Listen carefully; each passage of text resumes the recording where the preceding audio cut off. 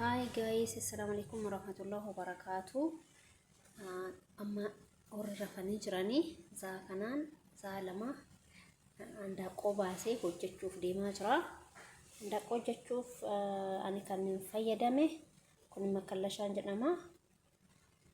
Qullubbii adii, zinjibila kan daakkame jechuu, timaatimii, zayit, barbaree na dhadhaa Itoophiyaa jechuudha. Shunkurtiin ደግሞ bidirra jira. Kana walumaan hojjanna. Waan hanqate dammoo komentii jalatti itti guutaa. Guys, barbaree godheen jira amma. Waan tokkoffaa barbareen galchee walumaan dalagna. Guys, amma zinjibila galcha barbareerra hojii sirriitti eenyu ta'u. Amma timaatima galchuu deemna. Asitti dammoo anqulaalii irra kaa'een jira. Timaatimaan galchina. Achiin booda dammoo itti dhufnee guys, amma handaaqqoo galchuu deemaa jira. Handaaqqoo akka Itoophiyaatti muree akka inni sun ta'e handaaqqoon galee jira.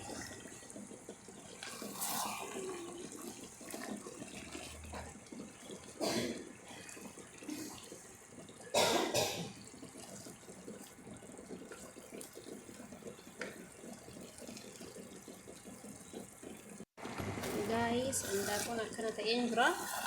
Amma dammoo kan galchu namni hunduu yaa'u akkuma beekutti mitiiree makallashaa. Akkuma itti baratetti akkuma biyyatti itti baratee akkuma faamilii irraa baratetti anamma naqi shunkurtii galchee. Namni tokko dammoo naqi shunkurtii dursee galchaa. Ani garuu akka itti baradhetti akka faamilii irraa baradhetti itti baradhetti handaaqqoo hojjetu shunkurtiin amma gala istaayititti kennan daaku nammoo soqidda galchee jira.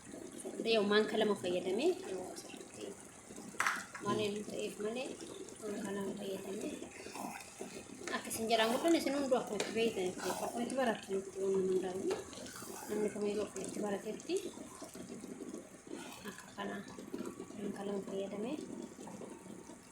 Guys, dhumarra geenne amma immoo bakka bishaan godhaan jira. Hanga isinii ga'u isintu beeka. Yaa akkuma itti hojjettanitti hanga isinii ga'utti ilaaltanii bishaanitti godhattanii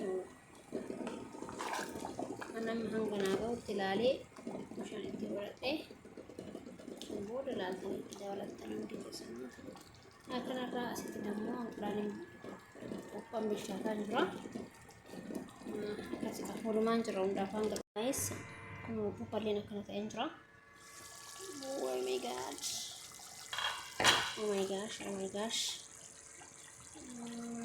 Anqulaaliin galcha. Banaagaraችን ላይ እንቁላሌ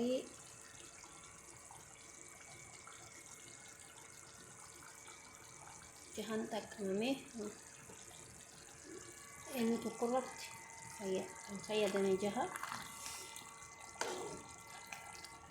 Akka kana kun akkanarra jira. Jenna zayitiin itti xiqqaatanaan jechuun maltanii zayitiin kan itti xiqqeesseef gana dhadhaa fayyadamuudha waan kanaaf. Kun akkana geennee jira. Akkanarra geennee jira.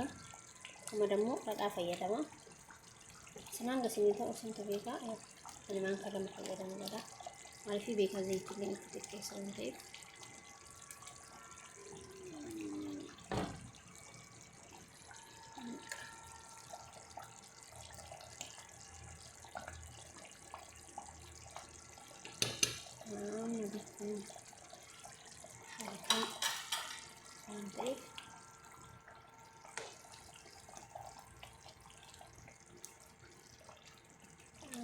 Kana gooneen jira. Enjoy guys. Guys, as geenneen jira. Dhumatee jira. Kun qopheessine jirra nyaachuuf kottaa haa nyaannu.